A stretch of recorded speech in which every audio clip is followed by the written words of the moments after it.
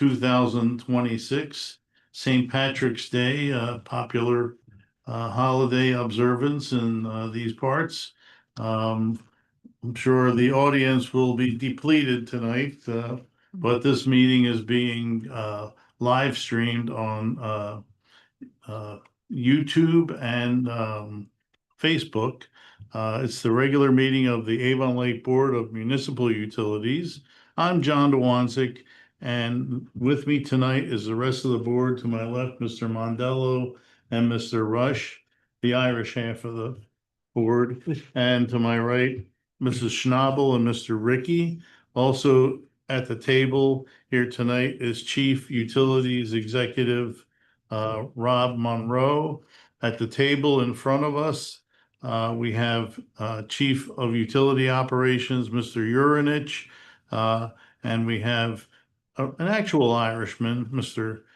Bill Logan, and I can't say Tyler Berry, but it looks like he could be. It looks like he could pass. And also in the audience tonight, we have Mayor Mark Spetzel, distinguished guest tonight. Tonight, as I said, we're being live streamed, and we have a full board here tonight. So as usual, it takes a minimum of 3 votes to pass any motion, except for the motion. I'm sorry, all votes are taken by voice vote, except for a motion to go into executive session, which is taken by roll call vote. There is an executive session planned tonight, and I might add at this time, possible reconvening of the board in open session following that to act on the results of the executive session. Did I cover everything? A little again out of order, but. Yes, I believe you caught everything. Okay, thank you, Mr. Rush. So having said that, I didn't point out that there's an opportunity for public input twice during the meeting. Once in the beginning, once towards the end. And if you happen to be in your pub or wherever you're spending St. Patrick's Day, you might be watching us on the live stream. You can make comments in the text comments, and Mr. Urinich will be monitoring those. So having said all of the above, first matter of business is to approve the minutes from the March 3rd meeting. Are there any comments on those from the board? Hearing none, they are approved as submitted. The next item is public input. Mayor, first of all, do you have anything you'd like to address the board with? I do not, sir. Thank you. Thank you. Mr. Urinich, anybody from the pub? There is not. Thank you, Mr. Urinich. Okay, so we'll move on to the next item, which is correspondence. Mr. Monroe. I do not have anything to pass along this evening. We're moving along swiftly, aren't we? We are. Tonight? The next item is the expenditures from February 27th to March 12th. Would someone like to make a motion to approve those? I will. Mr. Ricky.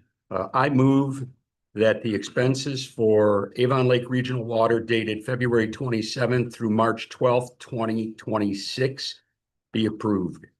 Thank you, Mr. Ricky. Is there a second? A Second by Mr. Mondell. Sorry, Mrs. Schnabel. We're letting the Irishman carry the ball. That sounds good. Okay, moved and seconded. Is there any discussion? Mr. Ricky. Yeah, the only thing I went through all this and there's nothing that really jumped out at me, big electric bills and things like that.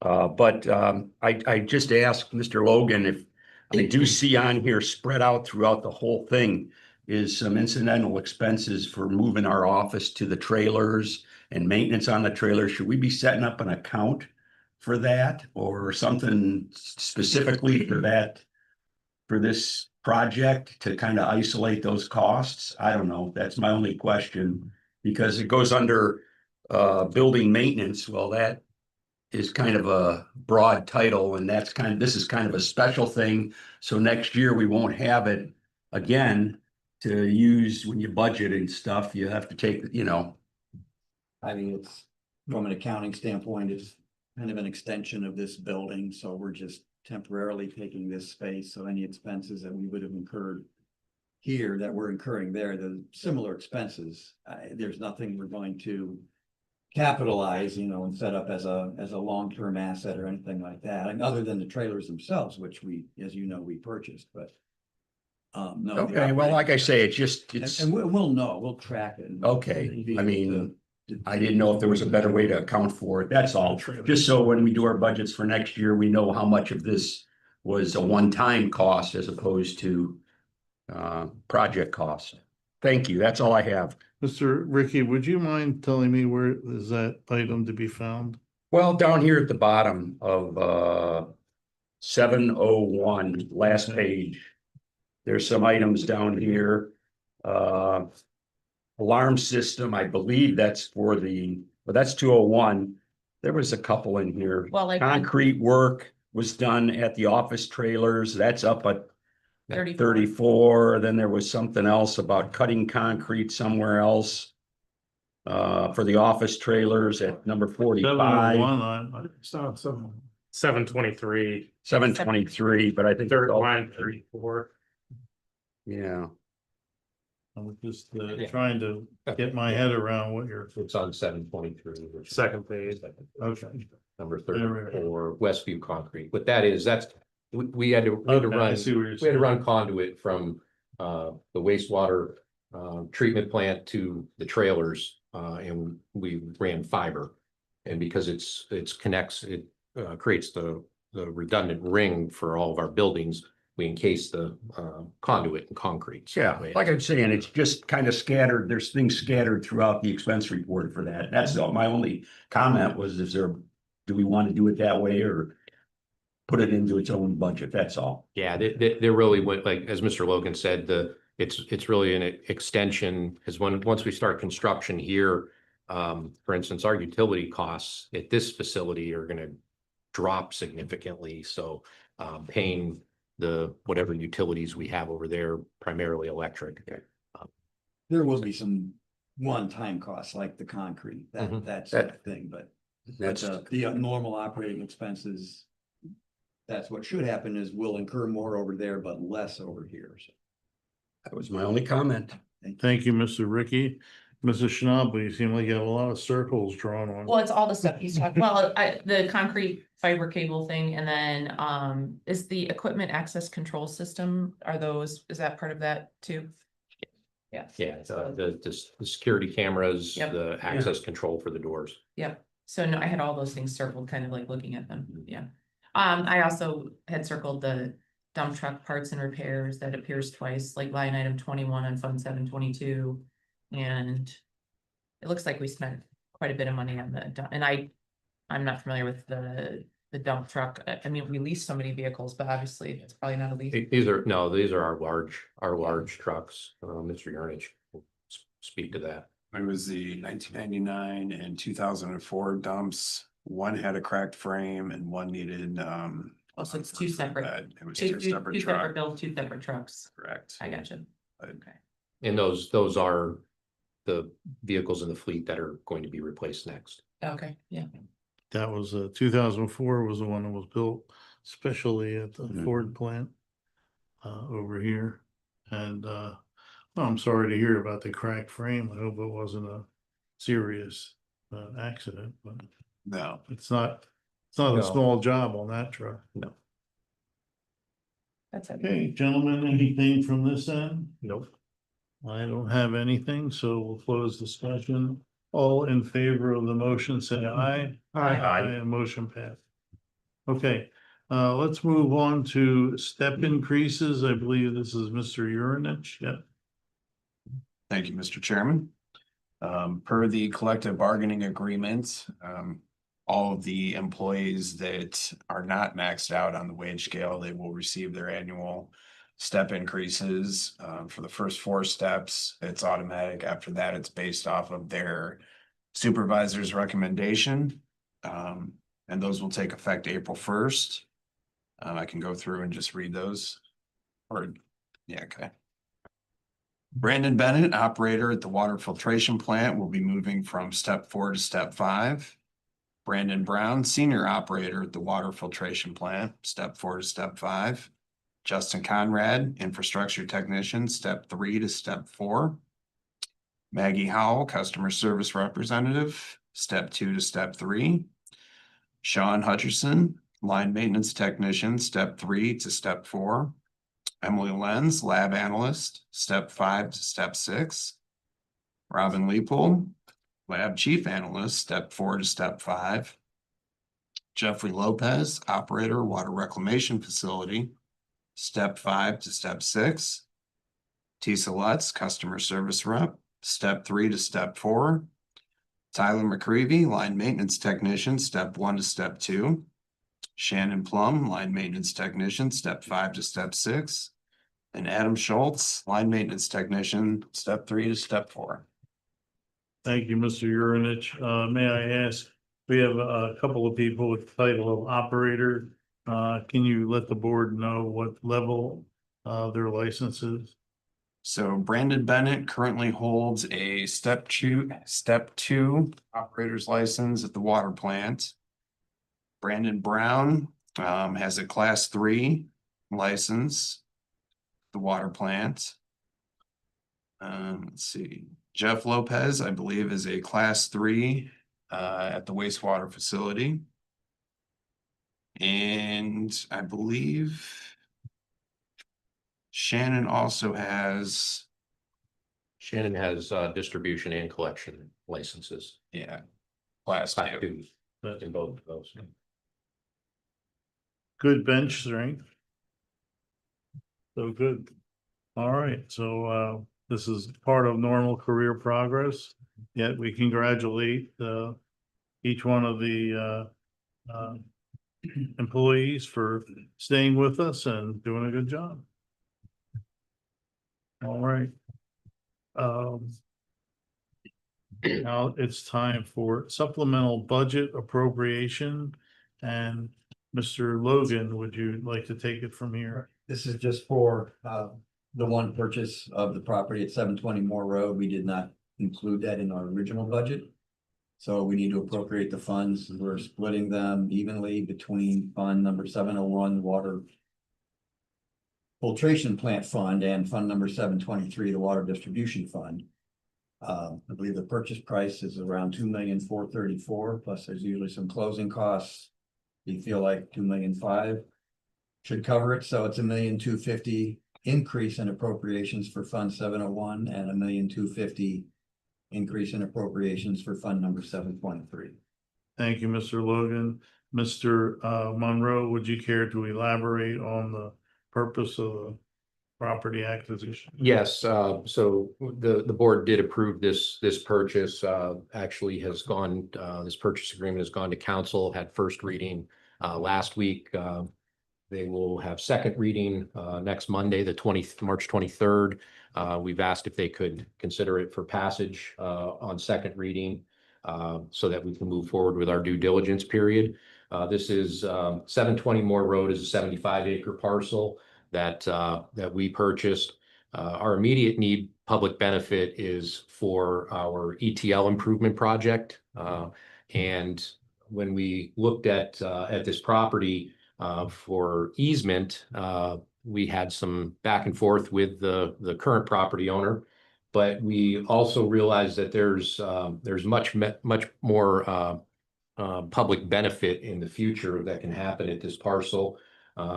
Spoke with the mayor and his staff and council members about how we can collectively work together on this for the benefit of not just utilities, but the city of Avon Lake. And everyone was very supportive of the approach.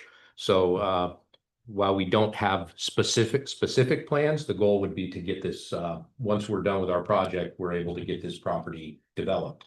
And being in the vicinity of the Pin Oak Parkway, I think it presents a very good opportunity to bring in a good source of revenue for the city of Avon Lake in terms of income tax. So potentially a commercial or industrial type property. So Okay. that's, again, we didn't initially appropriate this money in the budget, so that's why we have this appropriation for approval tonight. Okay, any other questions from the board on that? Okay, so we do have a recommended motion. Would someone like to make it? Mr. Mondello, Yeah, I need the prayer. sure. I move to authorize the business and financial coordinator to make the necessary supplemental budget appropriation for the purchase of 720 Moore Road as presented in the memorandum dated March 11th, 2026. Thank you, Mr. Mondello. Is there a second? I'll second. Second by Mr. Ricky. Further discussion? All in favor of the motion, say aye. Aye. The motion passes. Thank you, Mr. Monroe and Mr. Logan. Let's see.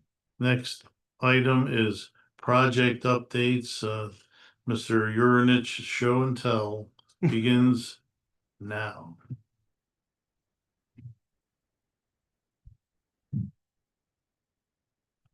All right, so this is underneath the new filter gallery. They have gotten the pipework painted, color coded, treated water, settled water, waste. They keep all the piping separate colors like that.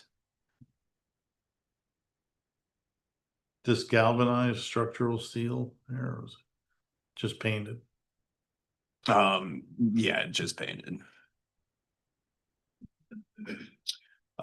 So this is the electrical conduit for the filter controls in the basement of the new filter gallery.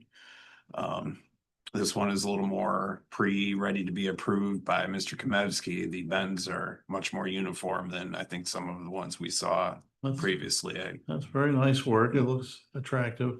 What is the red device in the background there? I believe that is just a jack that was used to help support some of the. Okay. That's not a part of, that will not be there. No. And a temporary fire extinguisher. Looks like it has seen a few Yeah. years though by its style. Okay, And so these are the skylight covers that will be going on top of the chemical feed building. We had seen before where they leave the openings to insert and remove any of the larger storage tanks if the need would arise. And so they're putting these together. Once they're done putting all the equipment in there, they will be able to place those on top of the new chemical feed structure. and these, of course, will be designed to resist the kind of winds. I heard 85 miles an hour hit Avon Lake the other day. Hopefully, well, they have a fairly low profile, wide base, so I would hope other than debris hitting them. What is the skylight made out of? The glazing itself, That I is don't it know. plastic or glass? I believe those are plastic. Hopefully it takes some impact. This is inside the aluminum sulfate feed room. That is the day tank. So the larger tanks are where the bulk storage is, gets transferred to the day tank and then metered out of there for use in the treatment process. One of the things we always try to include is redundancy. There's ultrasonic level sensors within the tanks to measure the levels. We had also requested that there are visible sight tubes so that the operators have a quick method of observing how much is in each tank. Obviously, any electronics can fail over time, so having a backup system and having a redundant way to make sure that the proper levels are in there is something we found to be useful over. Okay. Questions? Go ahead. And then this is just the work that they're doing running conduit inside of the new filter gallery. This is the upper level.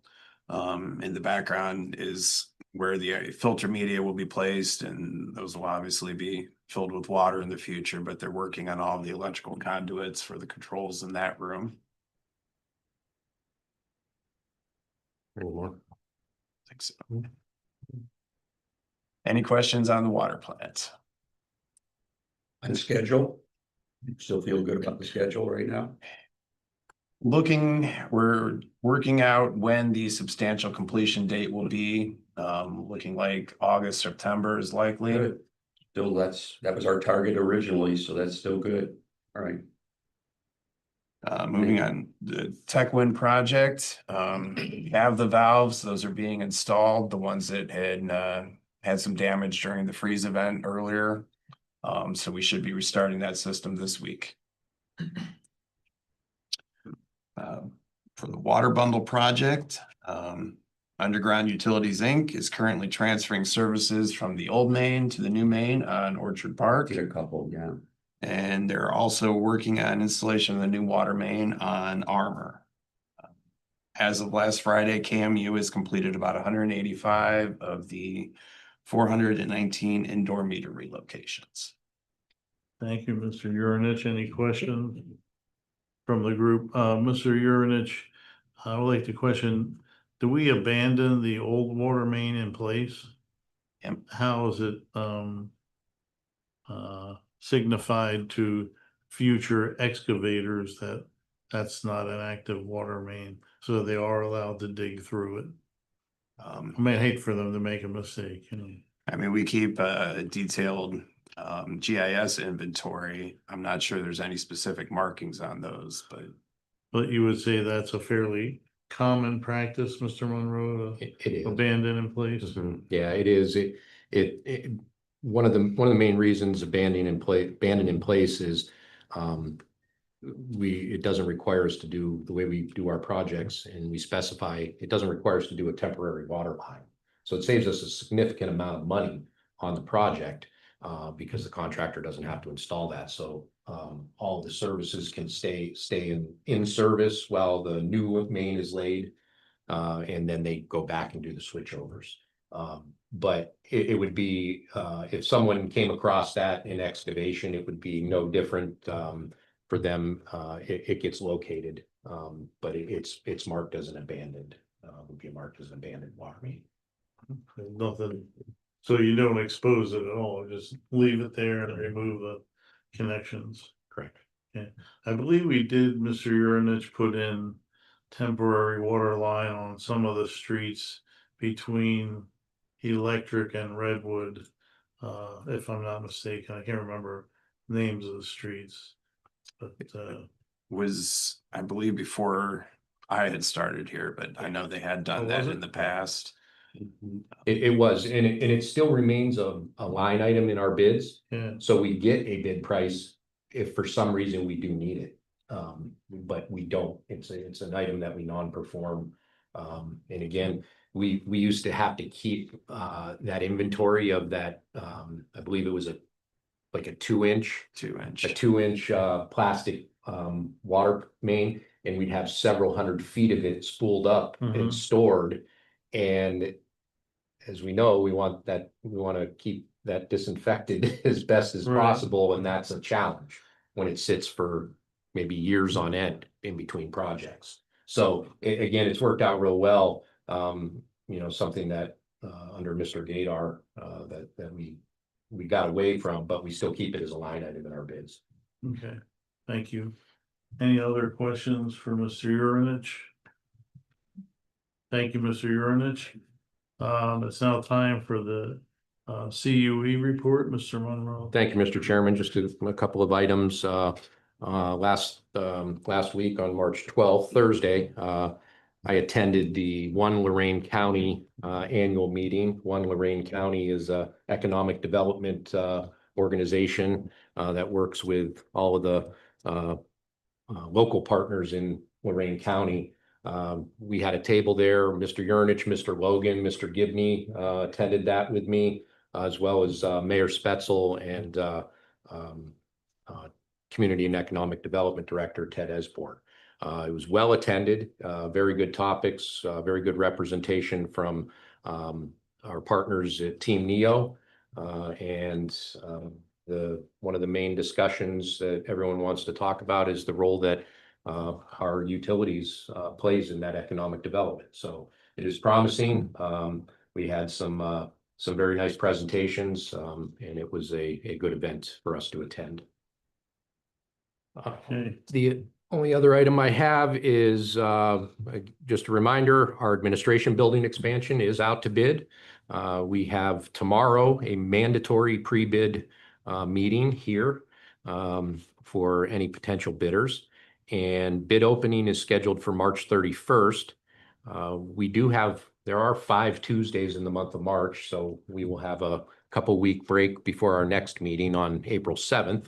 But we intend to have a recommended award for the board to approve at that April 7th meeting. So far, we have some very good interest in the project based on the plan holders. As of today, I looked and there's I believe 8 or 9 prime contractors from the Cleveland area. So I hopefully we'll get some very competitive bids. What time is that meeting tomorrow? 10. 10. Okay, And that is all I anything else, Mr. Monroe? All right, any members with reports? Mr. Ricky? Yeah, I would ask a little indulgence from the chairman. I got a little story to tell, and I think Mr. Spetzel, Mayor Spetzel would like to hear this. Last Tuesday morning, I got up and 6 a.m. and stepped into my cold shower and had a hot water tank let loose in my basement, and no major damage.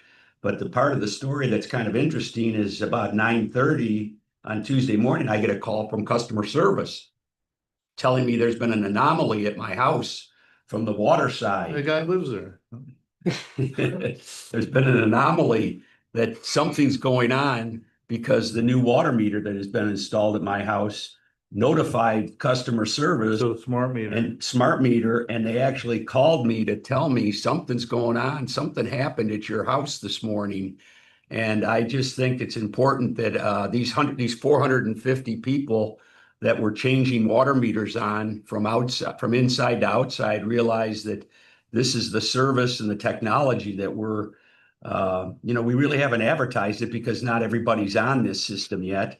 We're piecemealing it to try to keep the costs in line, but it is pretty neat system. Just picture yourself out of town and getting a phone call like that and sending your neighbor over to see what's going on. Right. But I was very impressed that I got a phone Yeah. call that I had a problem, and I already knew I had a problem, and she didn't come over to help me change the hot water tank, but she at least let me know that I had a problem. So I just think that's important, that as we get closer and closer to making this a complete changeover in the city, that we start to kind of let people know that we're embracing technology, and it's a good thing for the residents of Avon Lake to see what we're doing here, and that the utilities department here can help monitor issues that may be happening in their house unbeknownst to them. So again, I just think that's a story that's well worth bringing up. So I just pass it along. That is a good story. The board will be interested in whether you're feeling the health effects of the early morning cold plunge. Yeah. It's popular with the younger people, not with me, but I'll take the hot shower. Thank you. Yeah. But it impressed me. I was impressed. Yeah, That I'll we got bet a you phone were, yeah. Okay, any other members with anything? I have a random ahead. question. Just back on our recommended motion for the supplemental budget appropriation, was that memorandum really dated March 11th, or was that today's date of 17th? It's printed and we read March 11th, but isn't the memorandum from today, or is it not? Or is it from last week? Well, stated today. Yes. And it might have been a typo then. That was the other. Sorry, I should have just. The memorandum has the 17th on I think that when I wrote the motion, I It think was that- originally I like think maybe it was, dated back. it was then, dated and then March 11th changed this day and then printed. for today. So should we have another motion it. or? We could, Amended I motion. don't see any reason not to at this Yeah. time. Thank you. Should we move to rescind that and vote on that and then make a new motion with the correct date? Or amend it with the new date. You can have a motion to amend, Yeah. to amend the motion to include the memorandum dated March 17th, 2026. Good catch, Mrs. Schnabel. Mr. Mondell, I believe you made that motion. I did, so I can make another motion to amend the first motion to have the date reflected as March 17th, 2026 for the the appropriation memorandum. Okay, I'll second that. Any discussion? All in favor of the motion, say aye. Aye. Aye. Motion passes. Continuing with the member reports and miscellaneous, two things. On the lighter side, I sent Mr. Monroe a picture of a water tower in Claremont County, Ohio, where I happen to be. And the water tower had a firehouse in the basement of it. Have you seen that, Mayor? I've seen it, yep. It's a lot cheaper than, I mean, actually, the expense would be nothing for the outside building, other than the fittings for it. So I thought that was pretty interesting. So that's something we can have in our kit bag in the future. On a more somber note, the board was sorry to hear of the passing of former board member Anthony Abram this past Friday. I believe there's a funeral mass at Holy Spirit Church at 10:30 this coming Friday. Mr. Abrams served this board under three different chairmen, Mr. Whitmer, Mr. Markward, and myself, and I did inform the two prior chairmen of his passing, and they both extend their condolences. Perhaps the board would like to take a moment of silence in this short meeting in honor of the passing of Mr. Abram. So just a moment here.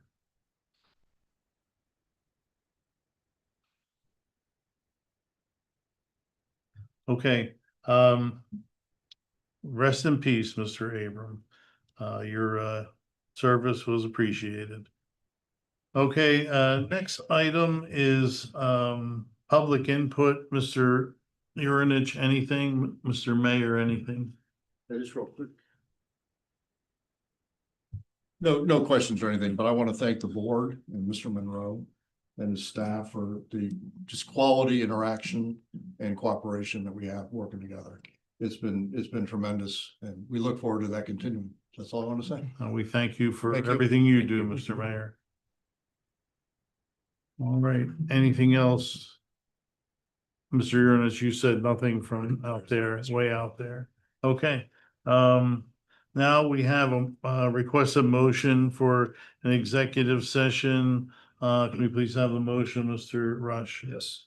I move to meet in executive session as allowed by Ohio Revised Code Section 121.22 G2 and G3 to discuss the purchase and or sale of property for public purposes and pending or imminent court action, and to include the CUE, the CUO, the business and financial coordinator, and a representative from Manzer Gavin. Thank you, Mr. Rush. Is there a second? A second. Second by Mrs. Schnabel. This will be a roll call vote. Mr. Ricky? Yes. Mr. Mondello? Yes. Mrs. Schnabel? Yes. Mr. Rush? Yes. Chairman votes yes. We will go into executive session when the room is cleared. And thank you all for who have attended either virtually or in person. And we will be back in 3 weeks this time, the unusual long